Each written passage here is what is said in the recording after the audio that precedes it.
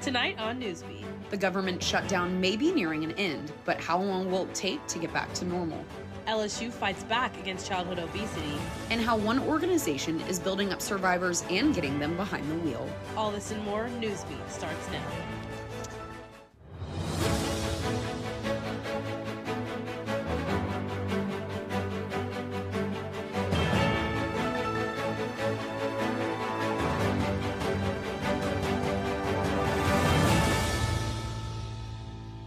Good evening and welcome to Wednesday Newsbeat. I'm Morgan Charles. And I'm Erica Howard.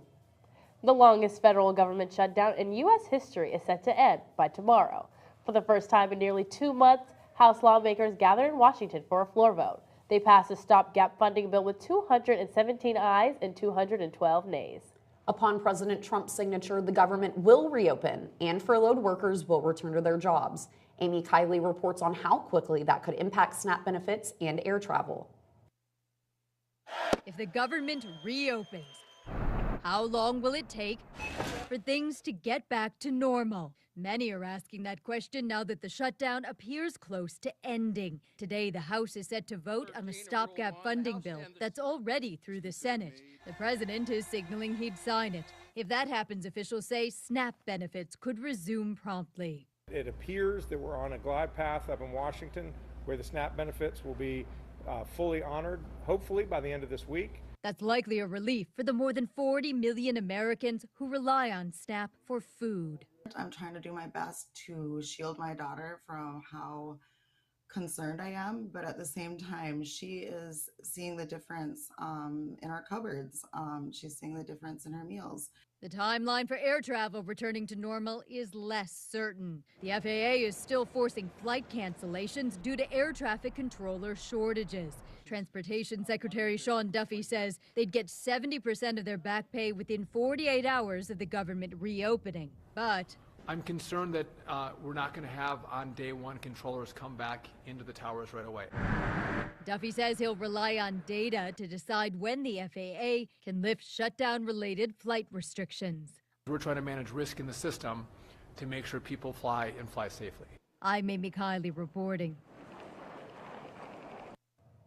The White House says they expect President Trump to sign the funding bill later tonight. High obesity rates remain a big stain on the state of Louisiana. With children's health in danger, one institution is finding ways to keep children safe. Reporter Jonathan Salazar has more on what's being done to solve the obesity epidemic in Louisiana. Louisiana consistently has one of the highest rates of obesity in the country. Alongside that comes childhood obesity. Researchers here at Pennington Biomedical are looking into ways to help fight back. The obesity rate in Louisiana is 40%, and the childhood obesity ranks 3rd in the nation. Unhealthy food and drinks are some of the big causes for childhood obesity. It's a much bigger problem, I think, than people really realize. And when you talk to people, they're really desperate to find anything, to find a solution. Our kids today have a lower expected life expectancy than their parents, which is the first time in our known history. Dr. Amanda Staiano claims kids are not getting the nutrition they need. Then oftentimes the meals we're providing, the snacks, the sugary beverages, the high calorie snacks, it's not fueling their body with the nutritious food that they need. Seeing this problem, researchers at Pennington Biomedical decided to create a program called Grow Healthy. And so they wanted to create a community branch, an initiative that could go out into the community and spread the word about the resources that we have available, what we have learned here at Pennington Biomedical. With an online base, Grow Healthy is ready for the new age of medicine. And so if you can get health information online quickly, I think that it makes a larger impact in today's world. With programs like Grow Healthy, Pennington Biomedical is making sure that the next generation of Louisiana children is one that is both healthy and active. For Tiger TV, I'm Jonathan Salazar. You can find an abundance of resources like how to manage your diet during pregnancy and even an app to help kids get active. To learn more, go to GREAUXhealthy.org.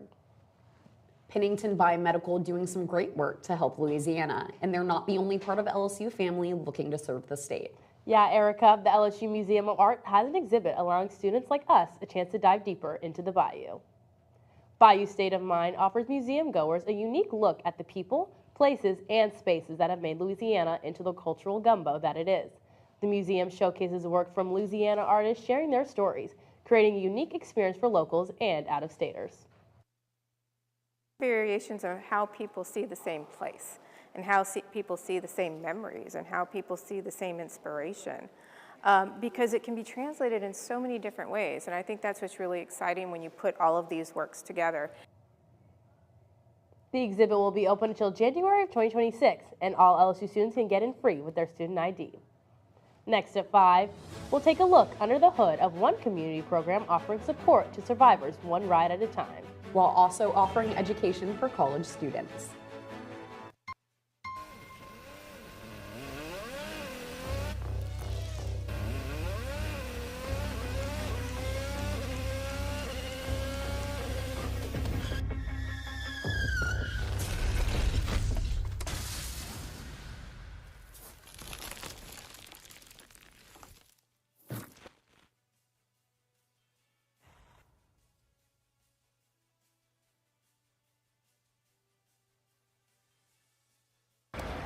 Hate is loud.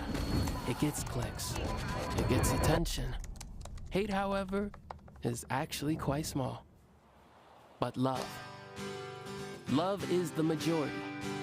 Love fills our hearts, our lives, our everyday.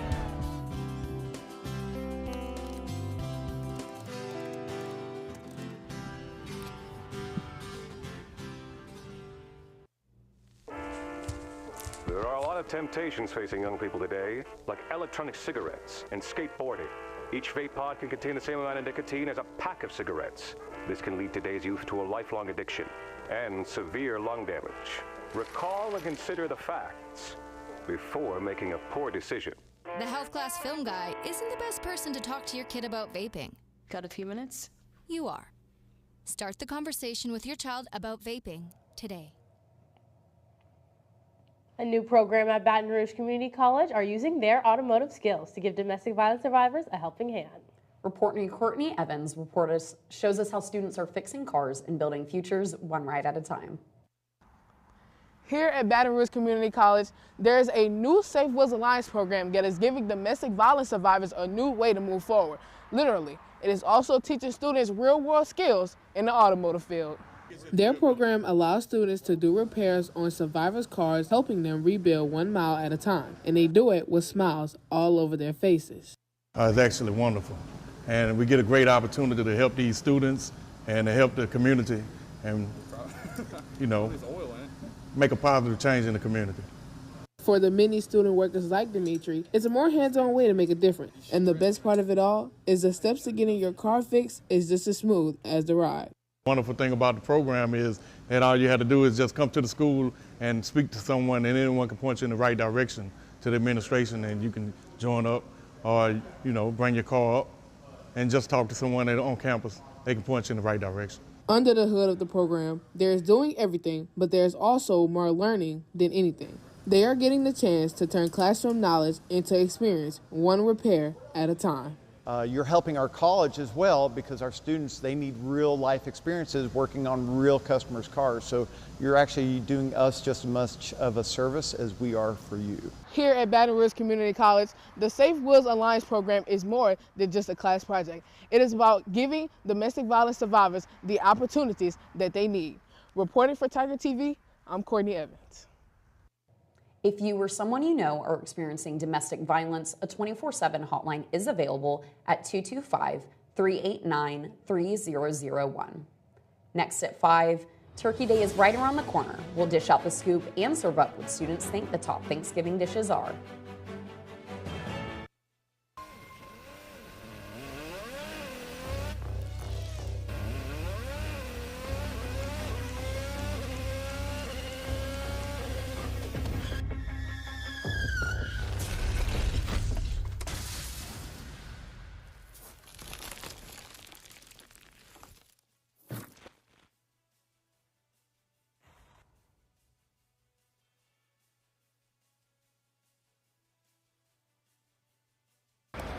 Hate is loud.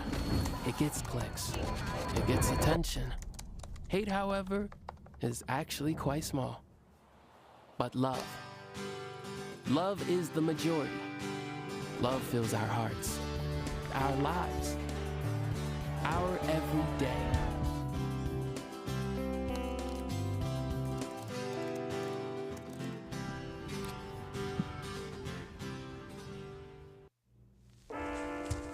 There are a lot of temptations facing young people today, like electronic cigarettes and skateboarding. Each vape pod can contain the same amount of nicotine as a pack of cigarettes. This can lead today's youth to a lifelong addiction and severe lung damage. Recall and consider the facts before making a poor decision. The health class film guy isn't the best person to talk to your kid about vaping. Got a few minutes? You are. Start the conversation with your child about vaping today. You need some help? Your toe chains are a little loose. Could spark a wildfire. I could show you how to secure them properly if you'd like. Sure. Thanks a lot. Anytime. You should check out SmokeyBear.com. They've got a bunch of tips on wildfire prevention. Only you can prevent wildfires. From mac and cheese to pumpkin pie, everyone's got a favorite or least favorite Thanksgiving dish. Reporter Jaden Cotton went to see what students are craving this holiday. I'd have to say either mac and cheese or turkey. It would be definitely the mac and cheese. I had to say like gumbo. I go mac and cheese. Everybody like the mac and cheese, you know. And then the jambalaya, it's easy to cook, big amounts of it, and it just brings everybody together. It's real basic, but who doesn't love mac and cheese or turkey? Because I don't know, it's like the best thing ever. Like, it's really good. Like, it's kind of just like the easiest one for me to eat because I actually like a lot of Thanksgiving food. It's just like the one I could just like go to at the gathering. My least favorite Thanksgiving dish is probably pumpkin pie. Green bean casserole. It has to be turkey. I'll probably say stuffing, just because it has a bunch of things that I just don't like it. I don't think it belongs on my plate. And I don't really like pie. It's nasty to me. Because I don't like the creamy sauce. Reason why turkey, because it's always dry. You can literally do whatever you can, put the oils in, season it well, do the whole marinating. For some reason, that turkey is always dry. Me personally, my favorite Thanksgiving dish is sweet potato casserole. I would say turkey, but my grandpa once almost burned down our backyard frying one. Despite our favorite dishes, Thanksgiving is a way to always have a time to spend with friends and family. Speaking of spreading love, tomorrow is World Kindness Day, celebrating small acts of kindness that make a big difference around the world. From lending a helping hand to sharing a smile, there's always a way to show compassion. Catherine Sherritt takes us on campus and asks students what they do in their daily lives to help brighten people's day. I like complimenting people when I walk by, or like offering to buy people things. Okay, to show my kindness to others, I like to check up on them. I love a good FaceTime call, you know what I mean? And, since, I'm so nice, I have a bunch of, paw points, so I be buying my friends food. I always try to support my friends. I'll always repost their stuff, show up to their events, or try to shout out them any way I could and try to appreciate them.